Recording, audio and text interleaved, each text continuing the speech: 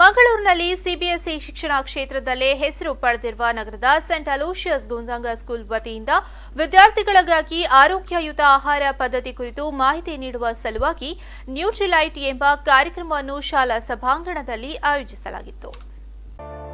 ರಾಜ್ಯ ಹಾಗೂ ನಗರ ಪ್ರದೇಶದಲ್ಲಿಯೇ ಅತ್ಯುತ್ತಮ ಶಿಕ್ಷಣ ಸಂಸ್ಥೆ ಎಂಬ ಹೆಗ್ಗಳಿಕೆಯನ್ನ ಪಡೆದಿರುವ ನಗರದ ಸೈಂಟ್ ಅಲೋಷಿಯಸ್ ಗೊಂಜಾಗ ಸ್ಕೂಲ್ ವಿದ್ಯಾರ್ಥಿಗಳ ಸರ್ವತೋಮುಖ ಬೆಳವಣಿಗೆಗಾಗಿ ನಾನಾ ಬಗೆಯ ಕಾರ್ಯಕ್ರಮಗಳನ್ನು ಆಯೋಜಿಸುತ್ತಾ ಬರ್ತಾ ಇದೆ. ಅಂತೆಯೇ ವಿದ್ಯಾರ್ಥಿಗಳಿಗಾಗಿ ಆರೋಗ್ಯಯುತ ಸತ್ವಯುತ ಆಹಾರದ ಬಗೆಗೆ ಮಾಹಿತಿ ನೀಡುವ ಸದುದ್ದೇಶದಿಂದ ನ್ಯೂಟ್ರಿಲೈಟ್ ಎಂಬ ಕಾರ್ಯಕ್ರಮವನ್ನು ಶಾಲಾ ಸಭಾಂಗಣದಲ್ಲಿ ಹಮ್ಮಿಕೊಳ್ಳಲಾಗಿತ್ತು. ವಿದ್ಯಾರ್ಥಿಗಳಿಗಾಗಿ ಗಾನ್ ವಿಸಿಟ್ ಎಂಬ ರಸಪ್ರಶ್ನೆ ಸ್ಪರ್ಧೆಯನ್ನ ಆಯೋಜಿಸಿದ್ದು ವಿಜೇತರಿಗೆ ಪ್ರಶಸ್ತಿಯನ್ನ ಗಣ್ಯರು ವಿತರಿಸಿದರು.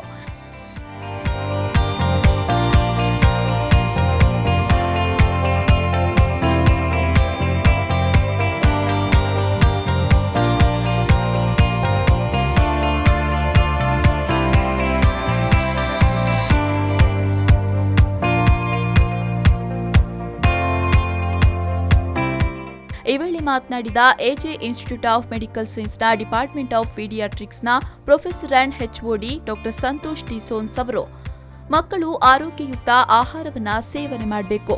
ಕೆಲವೊಂದು ಹಾನಿಕಾರಕ ಆಹಾರಗಳಿಂದ ನಾವು ದೂರವಿರಬೇಕು. ಇದರಿಂದಾಗಿ ಆರೋಗ್ಯವಾಗಿರಲು ಸಾಧ್ಯ ಅಂತ ಹೇಳಿದ್ರು.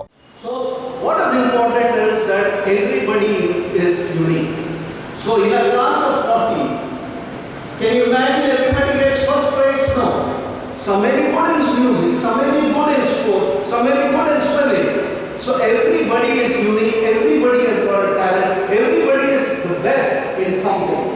Our parents are high, and one more thing is I get a lot of patients who come, parents who come, my child is short, but you know. ಇನ್ನು ಸಂತ ಅಲೋಷಿಯಸ್ ಶಿಕ್ಷಣ ಸಂಸ್ಥೆಯ ರೆಕ್ಟರ್ ರೆವರೆಂಡ್ ಫಾದರ್ ಡೈನಿಷಿಯಸ್ ವಾಜೆಸ್ಜೆ ಮಾತನಾಡಿ, ಯಾವುದೇ ಕಾರಣಕ್ಕೂ ಆಹಾರ ವಸ್ತುಗಳನ್ನು ವ್ಯರ್ಥ ಮಾಡಬಾರದು. ಹಸಿದವರಿಗೆ ಸಹಾಯ ಮಾಡುವ ಕೆಲಸವನ್ನ ಮಾಡಬೇಕು.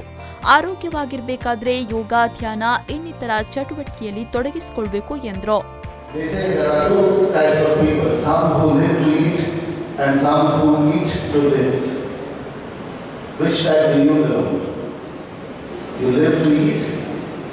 Or you eat to live. You eat to live, not live to eat.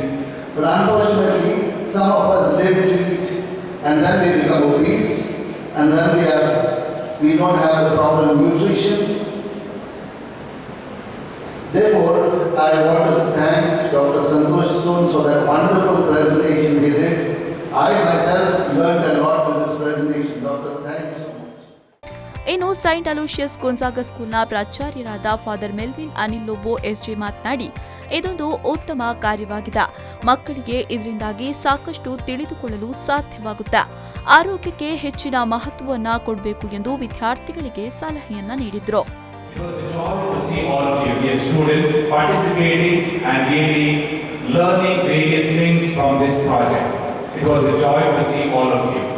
I'm sure throughout this month you have learned many things, especially about the healthy food.